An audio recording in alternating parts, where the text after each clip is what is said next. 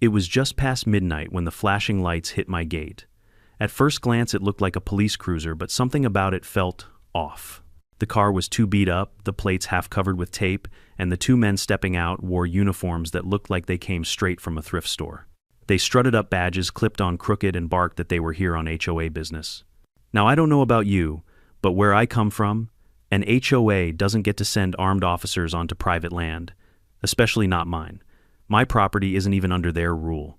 And yet here they were demanding entry, waving fake paperwork and claiming they had jurisdiction. Lucky for me, I was wide awake, my phone already recording and my rifle resting safe across my shoulder, not pointed, not loaded, just a reminder that I wasn't about to be bullied. That night I knew I wasn't just facing trespassers. I was staring down an entire scheme, and the HOA's fingerprints were all over it. Before I dive into this story, drop a comment below with where you're watching from and what time it is right now. You don't just buy land, you buy peace of mind. Or at least that's what I thought when I signed the papers for my little slice of countryside heaven.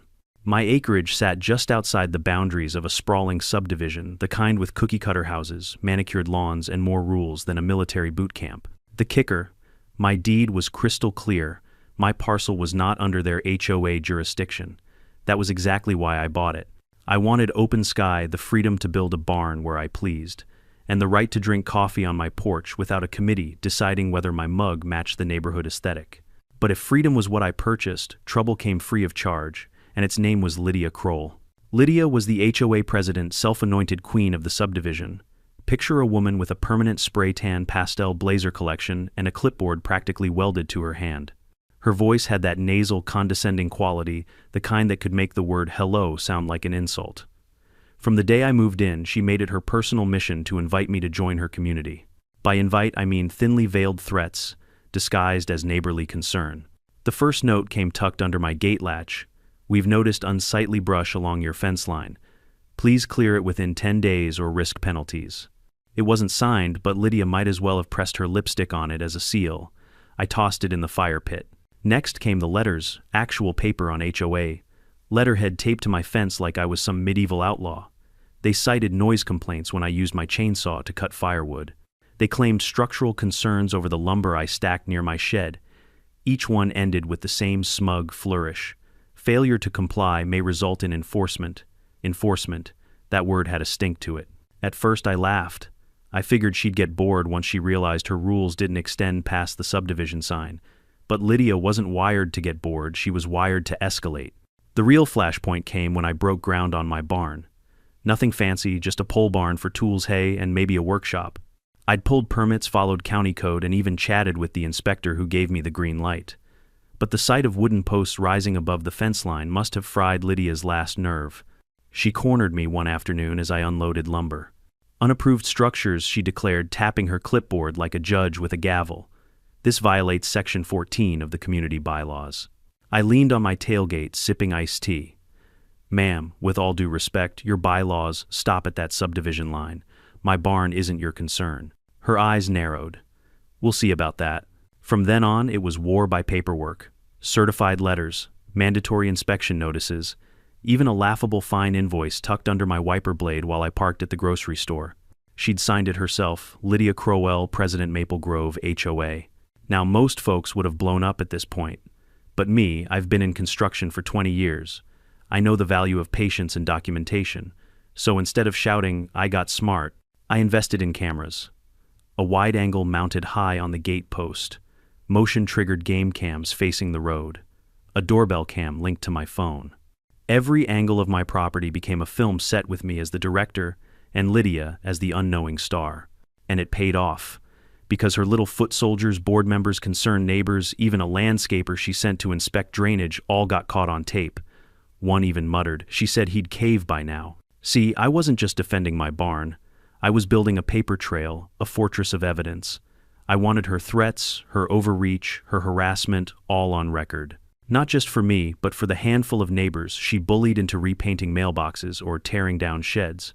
Folks whispered about her tactics at barbecues, but no one wanted to stand up. I figured if I had the guts and the footage, maybe I could break her hold. Still, there's a difference between harassment and what came next. Threatening letters are one thing. Fake law enforcement, that's a whole new level of crazy. The weeks leading up to that midnight showdown were marked by tension. I noticed Lydia's SUV idling near my fence more often, headlights off, engine humming. I caught her bored cronies, snapping photos of my barn like paparazzi. And one day a neighbor slipped me a copy of an HOA newsletter. Right there, in bold print, Security Compliance Initiative to address non-conforming properties begins this month. Security Compliance Initiative, I muttered, waving the paper at Evan, my next-door neighbor. He shrugged. She's been talking about bringing in outside help, some kind of private contractors. Sounds shady to me. Shady didn't begin to cover it.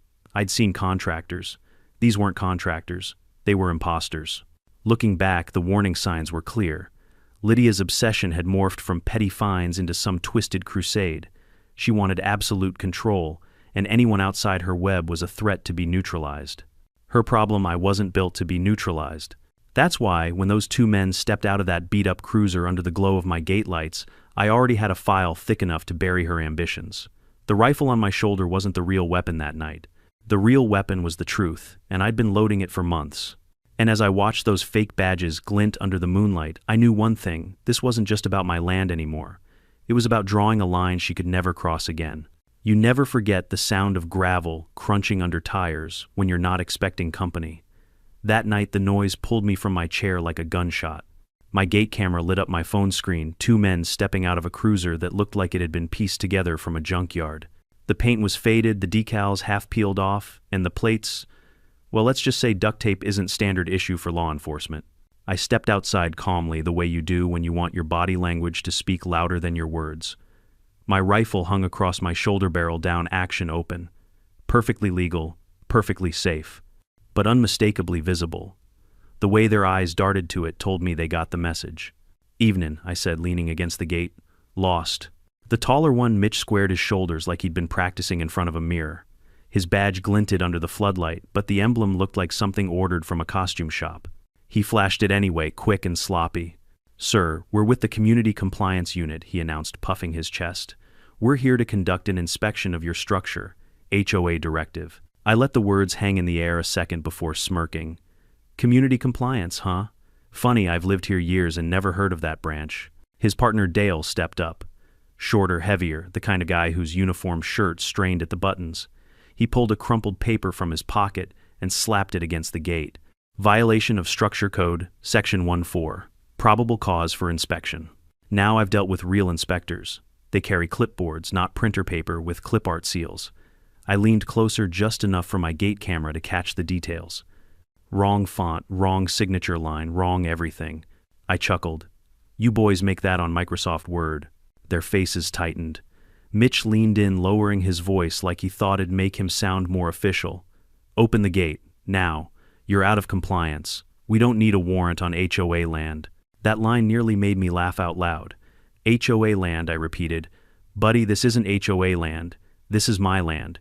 You want in, bring a warrant, signed by a judge, otherwise you're trespassing." Dale shifted uncomfortably, his eyes flicking between me, the rifle, and the camera blinking red above us.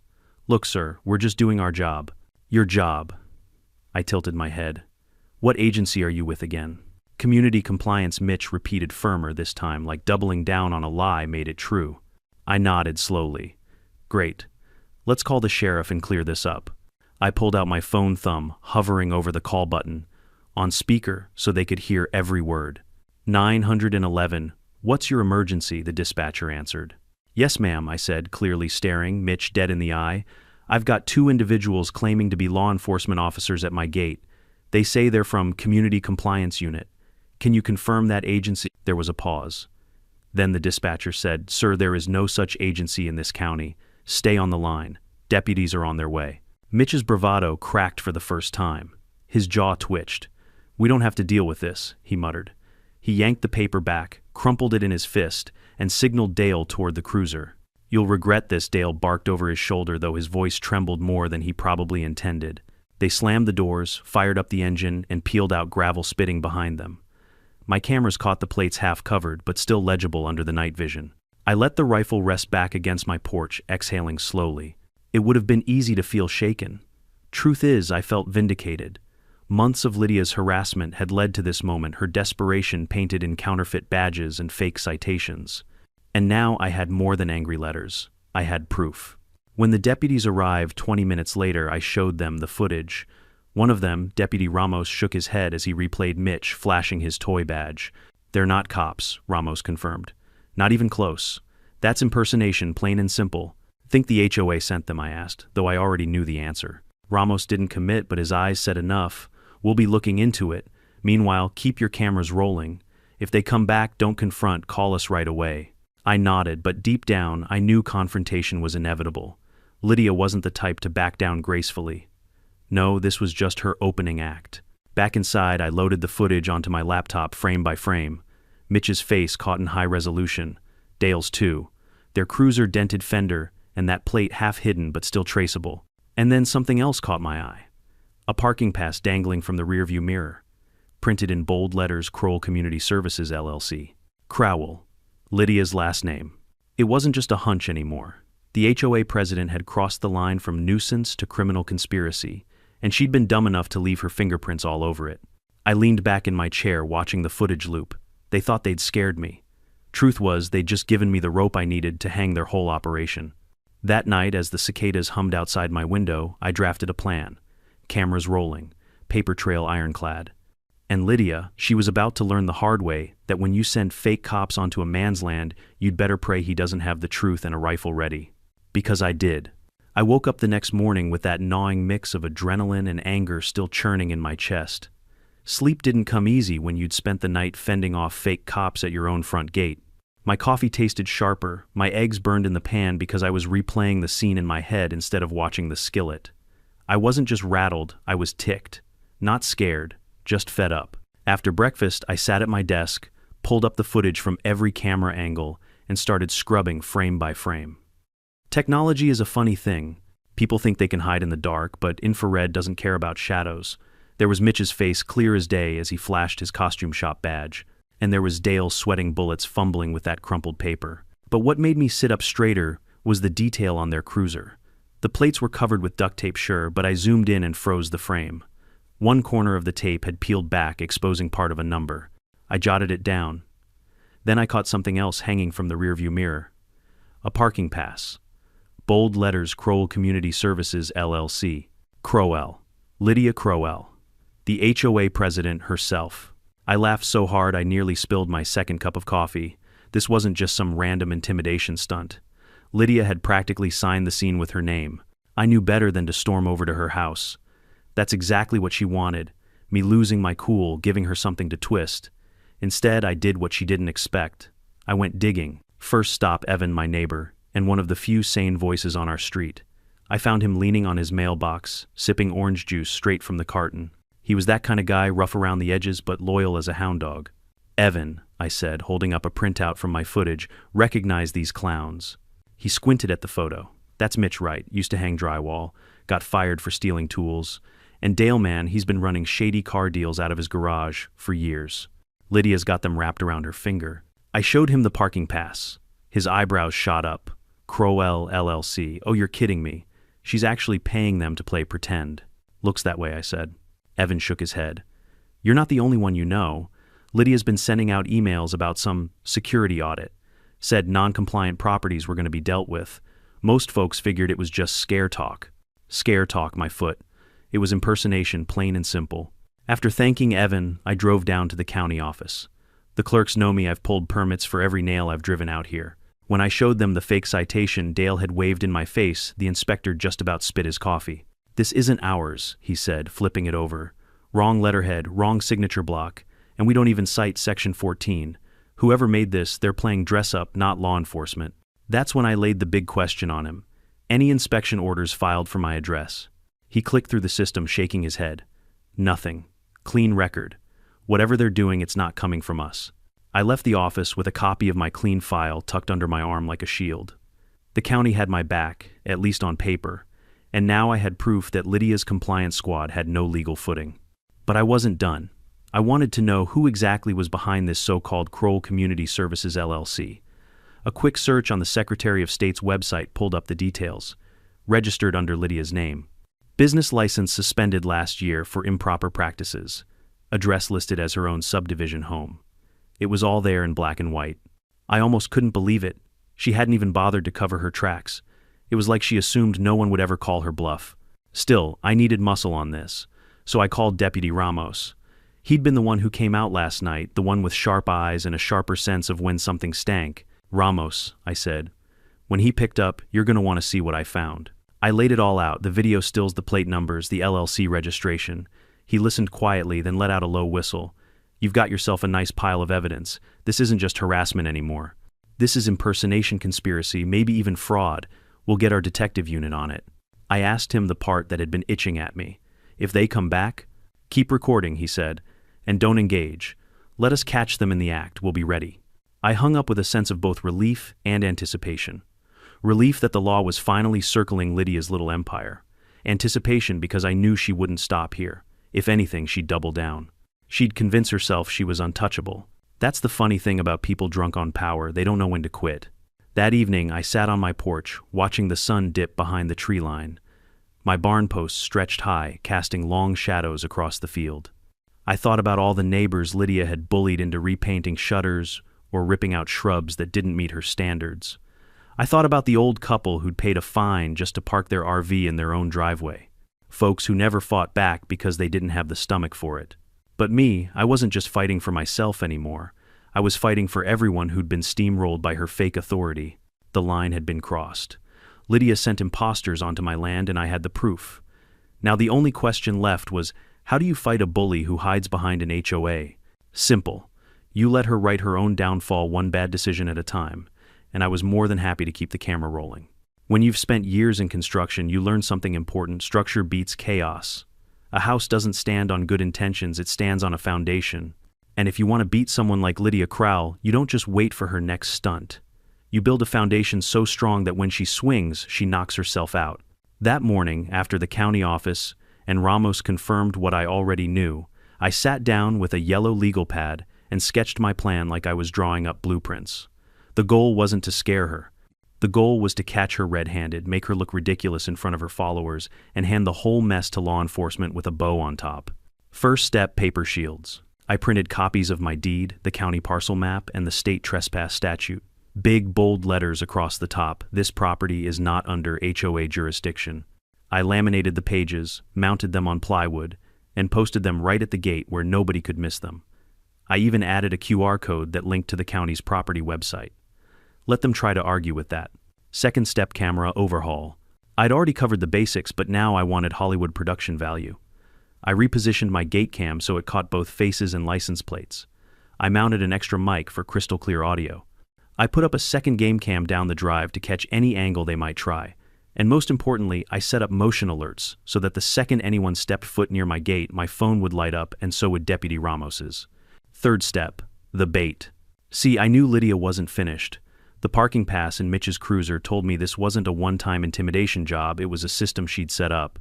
She'd be itching to prove she still had control, especially now that I'd embarrassed her little officers. So I decided to dangle something she couldn't resist. I hammered a sign onto the barn posts: "Contractor entrance by appointment only." In small letters beneath, "All inspections must be authorized by county code enforcement." That was guaranteed to drive her nuts. She'd see it as me mocking her authority, rubbing her nose in my independence. And when she tried to send her goons again, this time they'd walk right into a net. But plans like this need allies. And in HOA, drama allies are hard to find. Most folks keep their heads down. That's why I went back to Evan. He was leaning on his pickup, chewing sunflower seeds when I walked up. "Got a favor to ask," I told him. He spat a shell onto the dirt. "If it's painting shutters beige, forget it." I laughed. "Not quite. Just need you to keep an eye out. If Lydia sends her squad again, I want witnesses besides me." Evan grinned. "Buddy, I'd pay money to see that circus. Count me in." I looped in one more neighbor, Marla, a retired nurse with a sharp tongue and a sharper eye. She'd been on the receiving end of Lydia's harassment for leaving a wheelchair ramp unpainted. Marla was eager for payback. "I'll sit on my porch with sweet tea and binoculars," she promised. "You'll have the whole thing documented from 3 angles. That's what you call community, the kind Lydia never understood." The final step was making sure the law was ready. I called Ramos, laid out the plan, and asked for his advice. He didn't mince words. "You're within your rights," he said. "You've posted notices your property's marked. If they come back in fake uniforms, that's impersonation and trespassing. My deputies will be staged nearby. Just call it in, don't confront. Let us handle the takedown. Now here's the thing, I'm not a reckless man. Sure, I had my rifle. But that rifle was never about intimidation, it was about sending a message I won't be bullied. Still, I knew the real win wasn't in standing on my porch with a gun. The real win was in letting Lydia's empire collapse under the weight of her own stupidity. So I spent the next few days preparing like a man setting a trap for a wild hog. Every detail mattered. Cameras tested, documents posted, witnesses in place, and patience. Lots of patience. Because I knew Lydia. She wouldn't let this slide. And sure enough, she didn't. On the third evening, just as the sun slipped low and painted the fields in gold, my phone buzzed with a motion alert. I opened the feed and there they were. Mitch and Dale again, but this time with a new addition. Lydia herself. She strutted up in a blazer like she was heading to a board meeting phone, outstretched recording as she barked orders. Open this gate, you are in violation, and under statute we are allowed entry. Behind her, Mitch clutched bolt cutters, glancing nervously at the cameras. Dale held another one of those ridiculous fake warrants printed on office paper. I stayed calm, narrating from my own footage. This property is not under your jurisdiction. You are trespassing. The county has confirmed you have no authority here. Lydia jabbed a finger at the laminated deed. This means nothing. Community bylaws override your stubbornness. Her voice carried across the road. Neighbors stepped onto porches drawn by the commotion. Evan waved cheerfully from his yard, holding up his phone like he was filming the finale of a reality show. My heart pounded not from fear but from satisfaction. The trap was sprung. Now all that was left was for the hammer to fall. And as headlights rolled slow and silent down the road behind them, I knew it was about to. There's a moment right before everything breaks loose when time seems to slow. That's what it felt like as Lydia stood at my gate, her phone recording her finger jabbing at my deed like it was a fly she wanted to squash. Mitch clutched the bolt cutters like a nervous kid holding fireworks. Dale shuffled papers in his sweaty hands, his so-called warrant printed on cheap copy stock, the ink already smudging under his thumb. Me, I just stood there, leaning on the fence post, calm as a man watching rain clouds roll in. I'd been building toward this moment for weeks. The cameras were rolling, my neighbors were watching, and most importantly, Ramos and his deputies were staged less than a mile away. You don't open this gate, Lydia barked. We'll do it ourselves. Section 14 grants us access for inspection. I couldn't resist. I grinned, lifted the laminated page, and read it aloud like I was quoting scripture. This property is not under HOA jurisdiction. Any entry without permission constitutes trespass, under State Statute 45, Section B. The vein in her forehead throbbed. You think you're clever, she hissed. No, ma'am, I said evenly. I think I can read. That's when Mitch moved. He snapped the bolt cutters open, teeth glinting under the floodlight. He fit them around the chain that locked my gate. The metallic clink echoed through the evening air, and for a heartbeat you could feel the whole neighborhood holding its breath. Then blue lights. 2 patrol cars rolled up silent from behind, headlights off until the last second. When they flipped the sirens, the sound shattered the stillness like a hammer to glass. Sheriff's office, drop the tools. Step away from the gate. Mitch froze, eyes wide as saucers. The bolt cutters clattered to the dirt. Dale yelped and nearly dropped his warrant. Lydia spun around her phone, still recording, but now her face drained of color. Deputies poured out crisp uniforms and real badges gleaming under the lights. Ramos was front and center, his voice calm but sharp as steel, hands where we can see them. Now, Mitch and Dale raised their arms, stammering excuses. We're contracted security. It's just HOA enforcement. Ramos snatched the fake badge right off Mitch's chest, holding it up for the camera. This is not law enforcement. This is a crime. Impersonation of an officer, criminal trespass, attempted unlawful entry. He turned to Lydia. And you organize this. Lydia's lips quivered. This is a citizen compliance program, perfectly legal. We were enforcing community bylaws. Ramos cocked an eyebrow. Bylaws don't override state law, ma'am. And bylaws don't give you the right to impersonate cops. He held up the fake warrant, flipping it over. This is printed from a template. You really thought this would hold up in court? The crowd that had gathered, neighbors drawn by the commotion, snickered and whispered. Evan whistled low. Marla sipped her sweet tea loud enough for everyone to hear. Lydia's empire was crumbling right there in the glow of patrol car lights. The deputies cuffed Mitch and Dale first. Neither protested. Their bravado had evaporated faster than dew on hot asphalt. One of them muttered. She said it was legal as they were led to the cruiser. Lydia, on the other hand, tried to cling to her throne. You can't arrest me, I'm the HOA president, she shrieked. That line nearly made me laugh out loud. "Lady, I called from the gate. You're not the president of anything but a very bad play." Ramos approached her calm but firm. "Ma'am, you're not under arrest yet, but you are being detained for questioning. We've got your emails, your LLC filings, and video of you directing these men. I suggest you call a lawyer." Lydia's phone, still recording, slipped from her hand into the dirt. The screen cracked, a fitting symbol of her shattered authority. The deputies gathered evidence, the bolt cutters, the fake paperwork, the phony badges. They even impounded the decommissioned cruiser Mitch and Dale had rolled in with. When they opened the trunk out, spilled more props, cheap handcuffs, a box of knockoff compliance notices, and a stash of HOA letterhead pre-signed with Lydia's name. Ramos turned back to me. "You did good," he said quietly. "You stayed calm, documented everything, and called it in. That's how you beat folks like this." I nodded, relief flooding through me. Figured the truth was sharper than any rifle. He smiled faintly. "Still keep that rifle legal and safe. Tonight proved your camera's the deadlier weapon." By now, the whole neighborhood was buzzing. Phones out recording some laughing outright. One man clapped slowly, sarcastically, like it was a live performance. The HOA queen had been dethroned and everyone could see it. As the deputies escorted Lydia to the back of the patrol car, she screamed at the onlookers, "You'll regret this. You'll all regret this." But nobody looked afraid anymore. They looked free. The patrol cars pulled away, red and blue lights fading into the night. Silence settled, broken only by crickets and the occasional chuckle from a neighbor. I stood at the gate, exhaling long and slow. The sting had worked, the trap had sprung, and the mighty HOA president who thought she ruled us all had just been exposed under the harshest light of all the truth. The morning after, the sting felt different. The air was cleaner somehow, like the whole subdivision had been holding its breath and finally exhaled. For the first time in months, I sipped my coffee on the porch without expecting Lydia's SUV to roll up and block my drive. But I knew the fight wasn't over. Exposing her was just the opening act.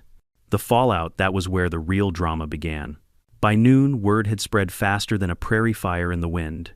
Every porch, every mailbox stop, every whispered chat at the grocery store revolved around one thing: Lydia in handcuffs. Some people were gleeful, others cautious, and a handful of die-hard board loyalists muttered about misunderstandings. But the sheriff's office wasn't treating it like a misunderstanding. They were treating it like a criminal case. Mitch and Dale were booked, first charged with impersonating law enforcement, criminal trespass, and conspiracy. The mugshots hit the county website that afternoon. The same two guys who swaggered up to my gate like they owned the place now looked like scared schoolboys caught cheating on a test. One even cried in his booking photo. Lydia's situation was murkier.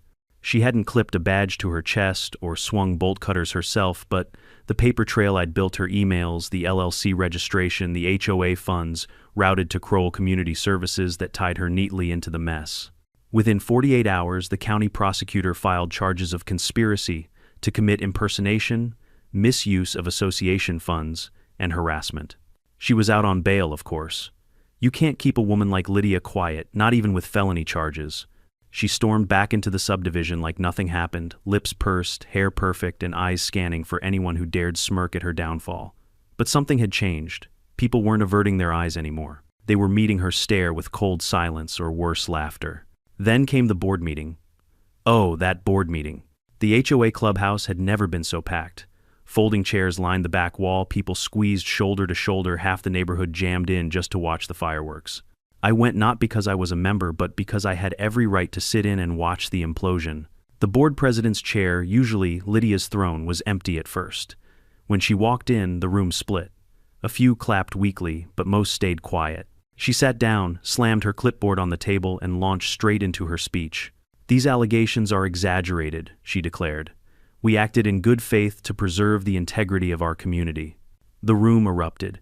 People shouted over each other. "You hired fake cops, you wasted our dues, you threatened people on their own property." One man in the back hollered, "What's next, Lydia? Your own HOA SWAT team." The crowd laughed, and the smirk on my face nearly split my jaw.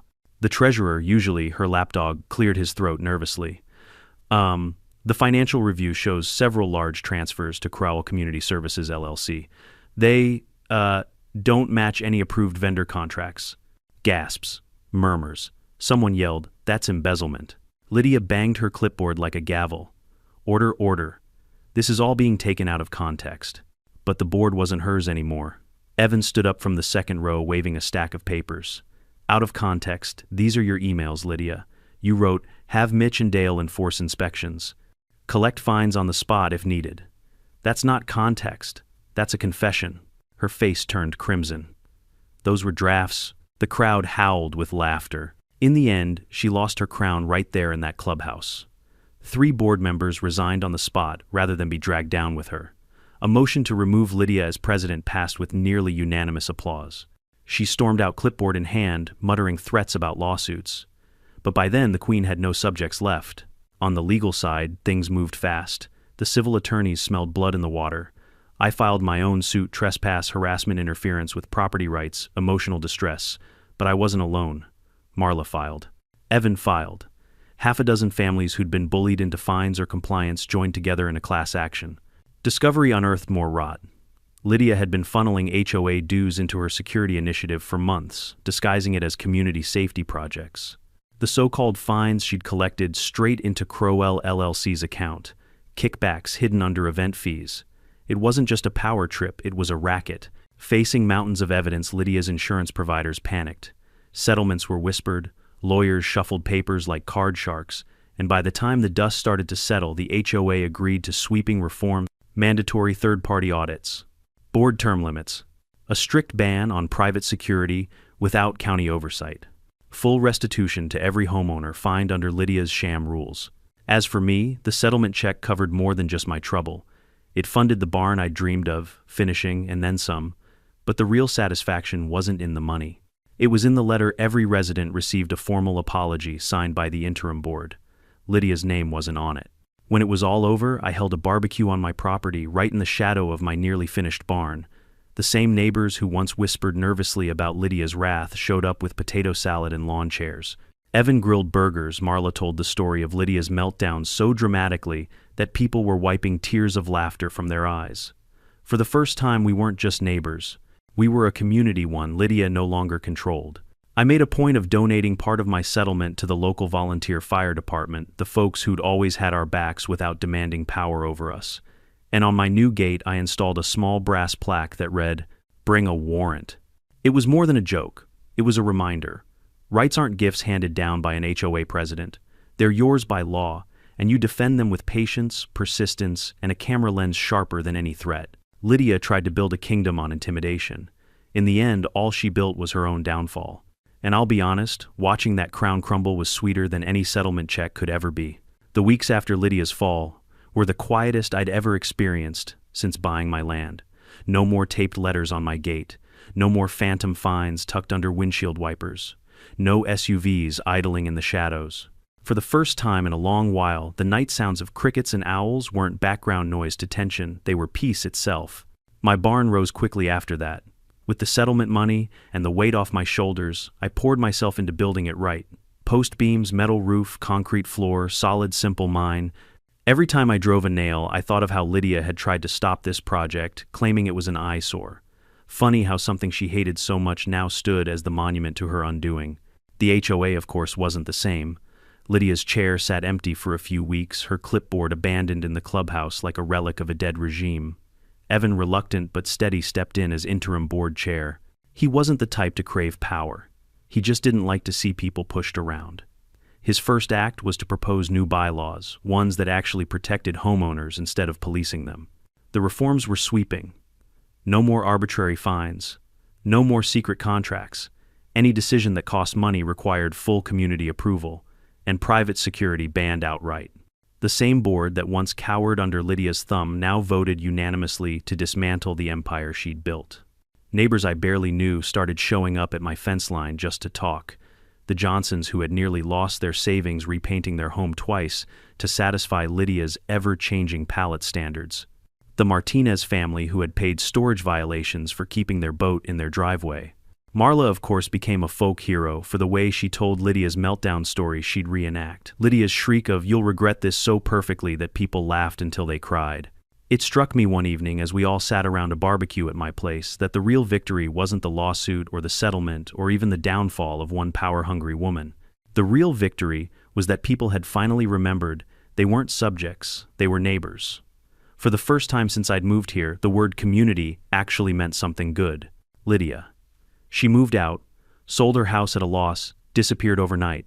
Rumor has it she tried to start fresh in another subdivision a few counties over. I almost pity those poor souls. Almost. One of the sweetest moments came when the sheriff's department officially closed the case. Ramos stopped by, personally leaned against his cruiser and said, "You did this right. Most people would have blown up, made it messy. You stayed calm, documented, let the law do the work. Not everyone has that patience." I told him the truth. It wasn't patience, deputy. It was stubbornness. Lydia thought she could bend me, but I don't bend. He chuckled, tipped his hat, and drove off. And I realized then that sometimes the strongest weapon isn't force, it's resolve. Now my mornings start the same way. A hot mug of coffee, the sunrise glowing through the barn rafters, my dogs racing along the fence line. My cameras still blink quietly, not because I expect trouble, but because I've learned trouble never announces itself. Still, I carry a calmness now. The line was tested and it held. And every time I walk past that little brass plaque on my gate that says "Bring a warrant," I smile. Because it's more than a joke, it's a promise. A promise that my land, my rights, and my dignity aren't up for negotiation. Not by an HOA. Not by anyone. The story could have ended in bitterness, but instead it ended with laughter, grilled burgers, and a neighborhood finally free from tyranny disguised as community. The boundaries were redrawn not just on paper but in people's hearts. And me, I finally had what I wanted from the very start: peace, freedom, and a barn of my own. If there's one thing I learned through this mess, it's that power only controls you if you let it. Lydia built her throne out of fear. Fear that people wouldn't question her authority. Fear that no one would stand up to her clipboard and her fake rules. And for a long time, that fear worked. Folks caved, paid, obeyed. Not because they had to, but because they thought they had no choice. The night those fake cops rolled onto my land, I realized something important. Bullies only win when you let them frame the fight. If I had lost my temper, if I had swung that rifle instead of holding my ground with facts and cameras, the story would have ended very differently. Instead, I used patience, proof, and persistence. And in the end, truth turned out sharper than any weapon. That's the lesson I hope you take with you. Don't mistake silence for weakness, and don't mistake noise for strength. Sometimes the most powerful move you can make is to stand calm, document the truth, and let arrogance collapse under its own weight. So before you click away, tell me in the comments, have you ever stood up to a bully, HOA, or otherwise? I want to hear your stories. And if you haven't already, hit that subscribe button. We've got plenty more HOA drama to dig into, and you won't want to miss the next twist. Because trust me, this saga might be over, but the HOA world, it's never quiet for long.